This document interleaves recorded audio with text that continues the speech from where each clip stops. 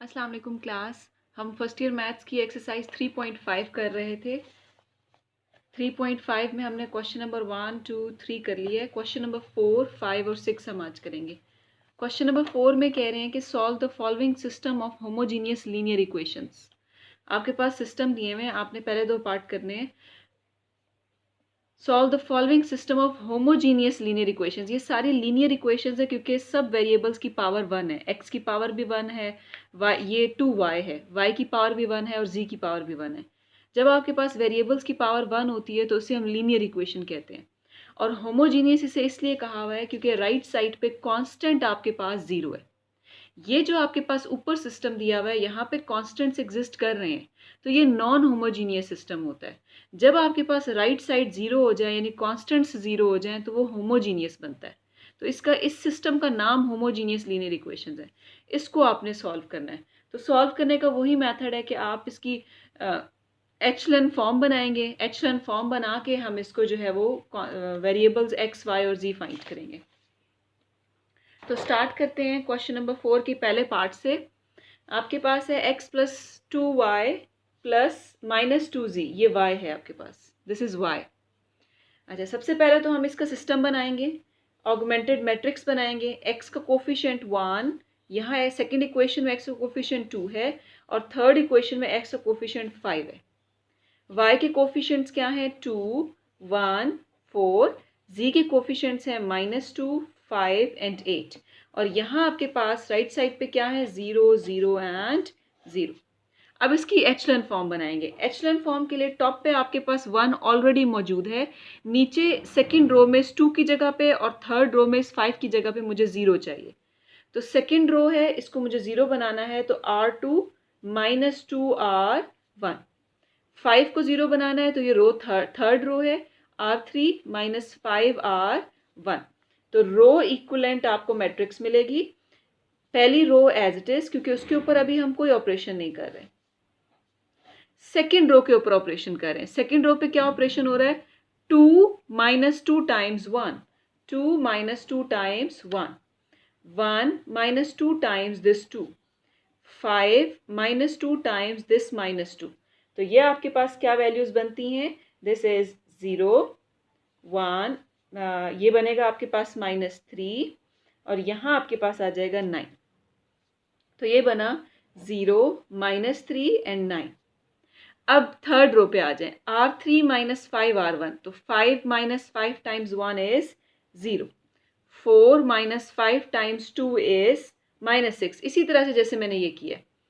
8 minus 5 times -2 is 18 और यहाँ पे 0 माइनस 0 टाइम्स 2 टाइम्स 0 इज 0 और यहाँ पे भी इसी तरह से 0 आ जाएगा। अब क्या करना है मुझे यहाँ पे 1 बनाना है। तो 1 बनाने के लिए मैं इसे कर सकती हूँ -1/3 ऑफ R2, इसको -3 से डिवाइड कर सकती हूँ। तो आपके पास रो इक्वलेंट मैट्रिक्स क्या आएगी? बाकी सारी रोज एज इट इज, सिर्फ सेकेंड रो में चेंज आएगा। बाकी सारी रोज एज इट इज आ गई। सेकेंड रो को किससे डिवाइड करें? -3 के साथ, तो 0, 1, -3 एंड 0। अब मुझे इस 1 के नीचे 0 बनाना है, तो ये R3 प्लस 6R2, इसके पीछे वाला 1 जो है वो सेकेंड रो में है तो R2 यूज हुआ है। तो रो इक्वलेंट मैट्रिक्स आपके पास क्या बनेगी? बाकी सारी रोज एज इट इज, सारी की सारी रोज आपने एज इट इज लिखी, सिर्फ थर्ड रो में चेंज आना है। तो यहाँ 0, 0 plus 6 times 0 is 0, -6 plus 6 times 1 is 0, 18 plus 6 times -3 is 0, 0 plus 6 times 0 is 0। अब अगर आप ऑब्जर्व करें, जब आपने क्वेश्चन नंबर किया था 3 किया था, क्वेश्चन नंबर 3, उसमें जब आप एचलन फॉर्म या रिड्यूस एचलन फॉर्म बना रहे थे तो यहाँ से हम x, y और z की वैल्यूज फाइंड करते थे इक्वेशंस लिख के। जैसे पहली रो में से क्या इक्वेशन बनती है? 1x plus 2y minus 2z is equal to 0। ये पहली इक्वेशन, रो में से पहली इक्वेशन बन गई। सेकेंड रो में से क्या बन रहा है? 0x plus 1y minus 3z is equal to 0। अब अगर देखें तो थर्ड रो में से तो कोई इक्वेशन नहीं बन रही। 0x plus 0y plus 0z is equal to 0, third equation तो है ही नहीं। अब इक्वेशंस 2 हैं, वेरिएबल 3 हैं, तो हम वेरिएबल कैसे फाइंड करेंगे? हम वेरिएबल तो फाइंड ही नहीं कर सकते। तो हम यहाँ क्या करेंगे, हम खुद से थर्ड वेरिएबल को सपोज करेंगे, क्योंकि हमारे पास 3 इक्वेशंस तो रही ही नहीं है, तीसरी इक्वेशन तो बन ही नहीं रही।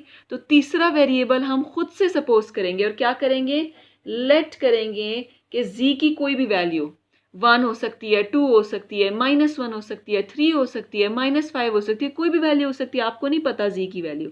तो मैं लेट कर लेती हूँ खुद से एक आर्बिट्ररी कि ये t है, z की वैल्यू क्या है, t, हमें नहीं पता t क्या है, 1 है, 2 है, 3 है, 4 है, ठीक है, क्योंकि हमने खुद से सपोज किया है।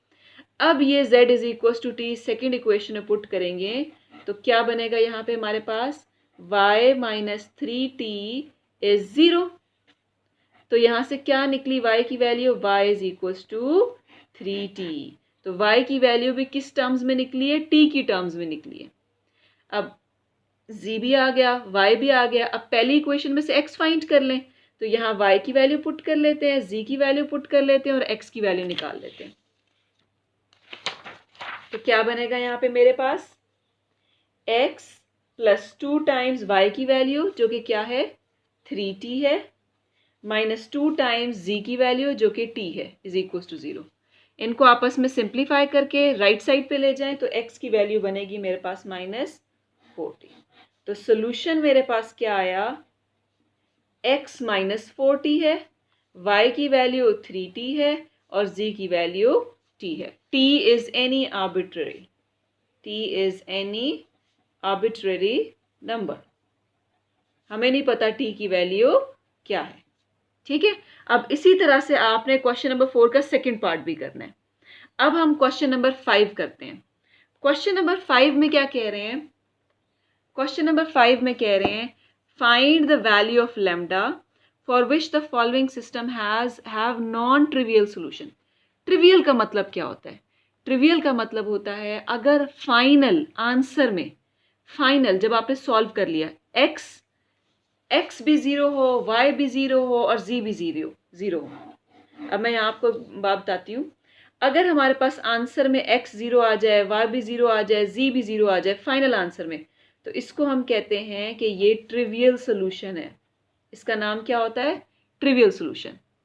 और अगर x, y और z नॉन ज़ीरो आए, x, y, z क्या आए, नॉन ज़ीरो, यानी ज़ीरो के अलावा कोई वैल्यूज आ जाएं, तो इसे हम कहते हैं नॉन ट्रिवियल सोल्यूशन, ठीक है। अच्छा, अब क्या कह रहे हैं क्वेश्चन नंबर 5 में, दो चीजें। एक तो वो ये कह रहे हैं कि लैम्डा की वैल्यू फाइंड करें कि इस सिस्टम का नॉन ट्रिवियल सोल्यूशन है, और फिर जब लैम्डा की वैल्यू आ जाए तो इस सिस्टम को आपने सॉल्व भी करना है, ठीक है। तो अब क्वेश्चन नंबर 5 पे आते हैं हम। क्वेश्चन नंबर 5,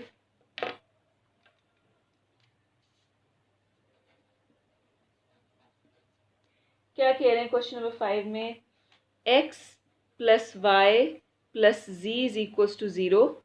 सेकेंड इक्वेशन है 2x plus Y minus lambda Z is equal to 0।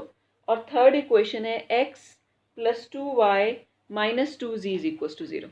सबसे पहले तो हम लेमडा की वैल्यू फाइंड करने के लिए, नॉन ट्रिवियल सोल्यूशन के लिए हमेशा जो a डिटर्मिनेंट होता है वो इक्वल्स टू 0 होता है, ठीक है।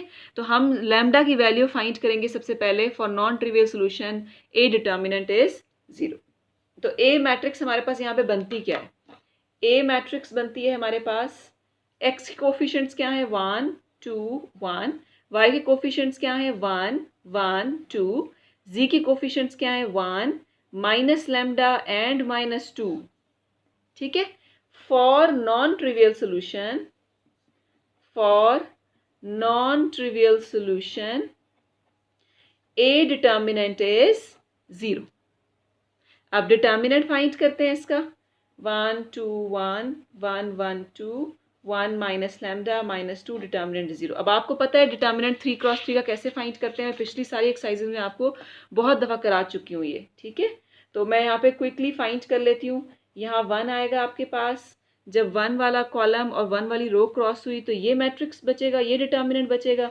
तो यहाँ आएगा 1 इंटू -2 -2 इंटू माइनस लैम्डा। फिर सेकेंड वैल्यू क्या है, नेगेटिव के साथ -1, ये 1 वाला कॉलम क्रॉस हुआ, 1 वाली रो क्रॉस हुई, तो यहाँ बचेगा हमारे पास 2 इंटू -2 -1 इंटू -λ। फिर आगे +1, 1 वाला कॉलम क्रॉस हुआ, 1 वाली रो क्रॉस हुई, तो ये वाला पोर्शन बचेगा, तो आएगा 2 into 2 -1 into 1 is equals to 0। जब हम इसको ओपन करें, एक्सपेंड करें, सिंप्लीफाई करें, तो लैम्डा की वैल्यू यहाँ से आएगी -5। ठीक है, लैम्डा की वैल्यू आ गई। अब इस लैम्डा की वैल्यू, पहला पार्ट यही था कि लैम्डा फाइंड करना है फॉर नॉन ट्रिवियल सोल्यूशन। अब सेकंड पार्ट क्या है कि इस लैम्डा की वैल्यू के लिए हमने इस सिस्टम को सॉल्व करके एक्स, वाई और जी फाइंड करना है। तो ए मैट्रिक्स, ऑगमेंटेड मैट्रिक्स लिखते हैं, लैम्डा की वैल्यू इसमें वापस पुट कर लेते हैं। तो यहाँ मेरे पास जो मैट्रिक्स बनेगी, ऑगमेंटेड मैट्रिक्स बनेगी 1 2 1 1 1 2 1 माइनस लैम्डा है, minus lambda minus into lambda की वैल्यू, तो यहाँ 5 आ जाएगा, -2। और क्या था, होमोजीनियस सिस्टम है 0 0 0, ये 0 0 0 भी, ये ना भी लिखें 0 0 0 तो कोई फ़र्क नहीं पड़ता, ठीक है, लेकिन वो मैं लिख रही हूँ ताकि, क्योंकि आपने एचलन फॉर्म में भी साथ में कॉन्स्टेंट्स लिखे थे तो आपको कन्फ्यूजन ना हो। अच्छा, एचलन फॉर्म बनाए इसकी, वही एचलन फॉर्म बना के एक्स वाई जी फाइंड करेंगे। 1 टॉप पे बना हुआ है, मुझे इसकी सेकेंड रो में 0 बनाना है, यानी कि मुझे चाहिए R2 - 2R1। थर्ड रो में 0 चाहिए, यानी R3 - R1। ठीक है, अच्छा, पहली रो एज इट इज 1 1 1 और 0। R2 - 2R1, 2 - 2 into 1 is 0, 1 1 - 2 into 1 is -1, फिर 5 - 2 इंटू 1 is 3, 0 - 2 इंटू 0 is 0, ये 0 आ गया। R3 - R1, 1 - 1 is 0, 2 - 1 is 1, -2 - 1 is -3, 0 - 0 is 0। ठीक है, अच्छा, अब इसको मुझे क्या बनाना है, 1 बनाना है, तो -1 से मल्टीप्लाई कर दूँ सेकेंड रो को, बाकी सारी rows as it is 0 1 -3 and 0। ठीक है, अब 0 के साथ नेगेटिव मल्टीप्लाई हुआ तो 0, +1 -3 0, नेगेटिव मल्टीप्लाई कर लिया इस पूरी रो के साथ। अब मुझे इस 1 के नीचे 0 बनाना है, तो R3 - R2 इसके पीछे वाले 1 को यूज करके, तो क्या आएगा मेरे पास, बाकी सारी rows as it is 0 1 -3 0, R3 - R2, 0 - 0 is 0, 1 - 1 is 0, -3 of -3 is 0, और ये आ गया 0। तो अगेन ये देखिए वही चीज़ नहीं बन गई जैसे क्वेश्चन नंबर 4 में बन गया था कि पूरी की पूरी एक रो 0 हो गई है। जब पूरी की पूरी एक रो 0 हो जाती है तो इसका मतलब है हम थर्ड वेरिएबल फाइंड नहीं कर सकते यहाँ से। तो पहली रो में से क्या इक्वेशन बन रही है, x + y + z = 0। Second row में से क्या बन रही है, y - 3z 0। थर्ड रो में से तो कोई इक्वेशन नहीं बन रही, तो हम लेट कर लेते हैं z को arbitrary number that is t, जैसे क्वेश्चन नंबर 4 में किया था। ठीक है, अब इस z की वैल्यू इसमें सेकेंड में पुट करें, तो y - 3t इज 0, तो y की वैल्यू क्या आ गई, 3t। अब z और y की वैल्यू पहली इक्वेशन में पुट करें तो x आ जाएगा, x + 3t + t इज 0, तो x + 4t इज 0, तो x की वैल्यू क्या आ गई, -40। ठीक है, तो सोल्यूशन क्या आया आपके पास, सोल्यूशन इज -40 3t, t। ठीक है, आई होप आपको अब ये समझ आ गया होगा। इसके बाद क्वेश्चन नंबर 6 है, और क्वेश्चन नंबर 6 भी जो है वो बिल्कुल इसी मेथड से होगा। क्वेश्चन नंबर 6 में कह रहे हैं find the value of lambda. Lambda की वैल्यू कैसे फाइंड करनी है, for which the following system does not possess a unique solution. अच्छा, अब यूनिक या does not possess a unique का मतलब क्या होता है, ये देखें, जब आप क्वेश्चन नंबर 1, 2, 3 कर रहे थे शुरू के क्वेश्चंस, वहाँ x की कुछ स्पेसिफिक वैल्यूज आ रही थी, जैसे x2 आ गया, y1 आ गया, z क्या आ गया 3। एग्जैक्ट नंबर्स आए हैं ना। जब एग्जैक्ट नंबर्स आते हैं आंसर में तो इसे हम कहते हैं कि ये कौन सा सोल्यूशन है, यूनिक सोल्यूशन है। जब एग्जैक्ट नंबर्स के बजाय इस किस्म का सोल्यूशन आए कि हमें पता ही नहीं है ये t क्या है, तो इसका मतलब होता है does not possess a unique solution. इसका मतलब क्या होता है, does not possess a unique solution. और वो कब होता है ये देखें, जब आपके पास ये सारी रो जीरो हो जाए। Does not possess a unique solution कब होता है, जब सारी रो क्या हो जाए, जीरो हो जाए, तभी टी हम लिखते हैं ना, आर्बिट्ररी सोल्यूशन है, यूनिक तो है ही नहीं। यूनिक तो वो होता है जिसमें कोई एग्जैक्ट नंबर्स आ जाएं। ठीक है, तो यहाँ पे जब इस क्वेश्चन में कह रहे हैं कि does not possess a unique solution, इसका मतलब है आपकी पूरी रो जीरो हो जाएगी। ठीक, अच्छा अब हम क्वेश्चन नंबर 6 करते हैं।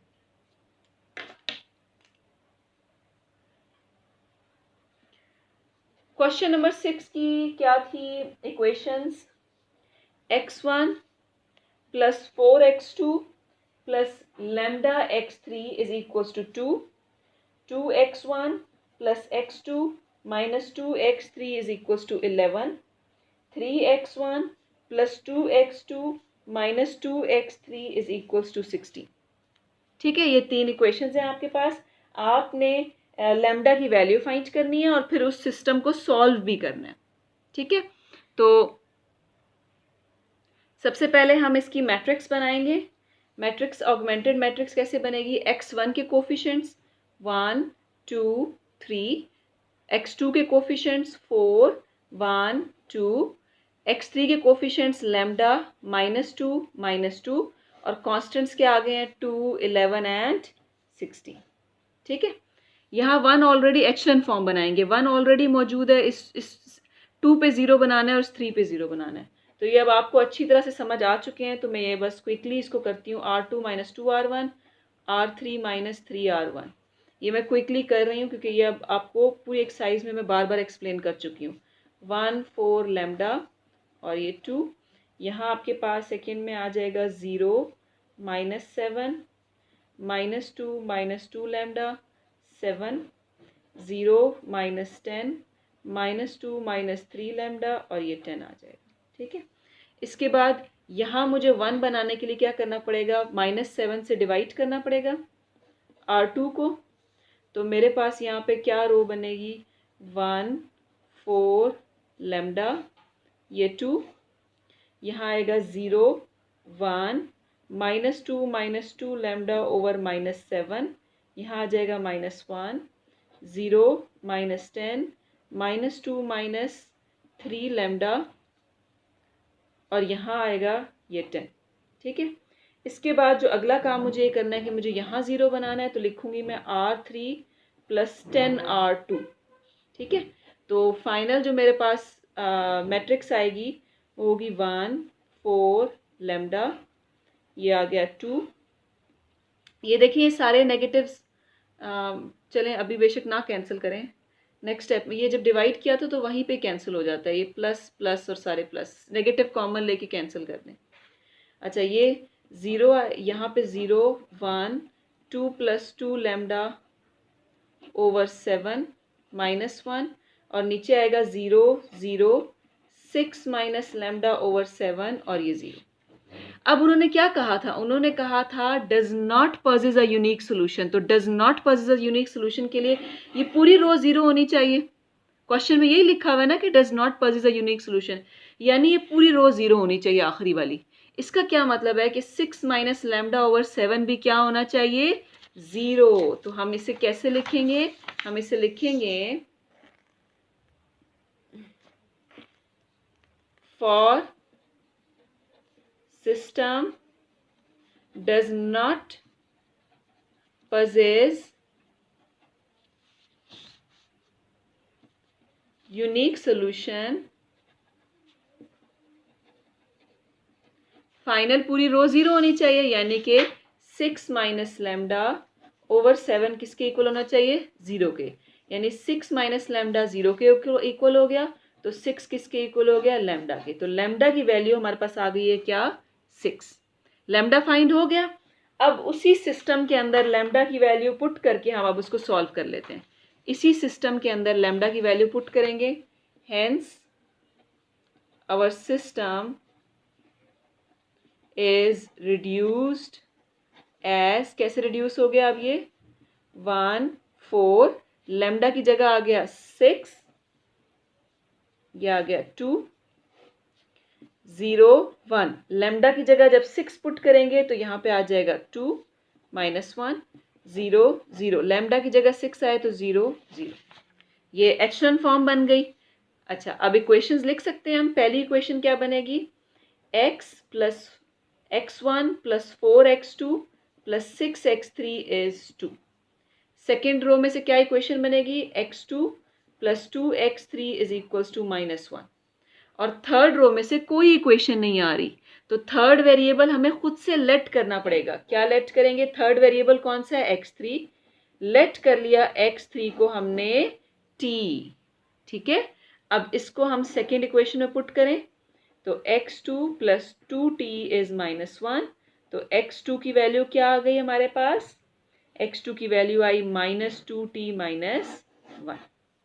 अब ये x2 की वैल्यू, ये x3 की वैल्यू पहली इक्वेशन के अंदर पुट कर लेते हैं, ठीक है। तो क्या बनेगा, x1 प्लस 4, x2 की वैल्यू क्या है, -2t -1 प्लस 6, x3 की वैल्यू क्या है, t इज इक्वल टू 2। इसको सिंप्लीफाई करें और राइट साइड पे ले जाएं। जब हम इसको सिंप्लीफाई करके राइट साइड पे लेके जाएंगे तो ये बनेगा हमारे पास, सिंप्लीफाई कर लेते हैं, x1 minus 8t minus 4 plus 6t is 2, x1 minus 2t minus 4 is 2, तो x1 is 2t plus 4 plus 2। तो क्या आया मेरे पास यहाँ पे, x1 की वैल्यू आ गई 2t प्लस 6, ये x1 की वैल्यू आ गई, ठीक है। तो ये आपका सिस्टम जो है वो अब सॉल्व हो गया। आई होप आपको अब थर्ड चैप्टर कंप्लीटली समझ आ गया होगा। थर्ड चैप्टर के बाद हम चैप्टर नंबर 2 करेंगे इंशाल्लाह।